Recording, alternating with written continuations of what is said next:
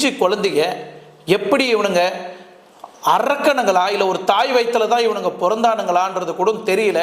அந்த அளவுக்கு இந்த பிஞ்சு குழந்தைய குதறி வச்சிருக்கு இந்த சொறி நாய். ஸோ இதை பார்த்த பொதுமக்கள், உப்ளியில் இருக்கிற பொதுமக்கள் எல்லாம் என்ன பண்ணுறாங்கன்னா, அசோக் நகர் போலீஸ் ஸ்டேஷனுக்கு போராட்டம் ஸ்டார்ட் பண்ணுறாங்க. அந்த போலீஸ் ஸ்டேஷன் முன்னாடி நின்று இந்த 5 வயசு குழந்தைய ரேப் பண்ணவனா உயிரோட விடாதீங்க, அவனை எப்படியாவது ஷூட் பண்ணுங்க, இல்லைன்னா தூக்கு தண்டனை கொடுங்க, இல்லை உங்களால் முடியலையா எங்கள் கையில் கொடுங்க, நாங்கள் அவங்கள பிசுக்கி அவங்கள நாங்கள் கொலை பண்ணுறோம் அப்படின்னு பொதுமக்கள் எல்லாம் போராட்டம் செய்ய ஆரம்பிச்சிட்டாங்க. உப்ளியில் பொதுமக்கள் எல்லாம் ஒன்று கூடிட்டாங்க. ஸோ எவ்வளோ பாதுகாப்பு கொடுக்கணுமோ அந்த அளவுக்கு பாதுகாப்பு கொடுத்துட்டாங்க அந்த ஹாஸ்பிட்டலை சுற்றி.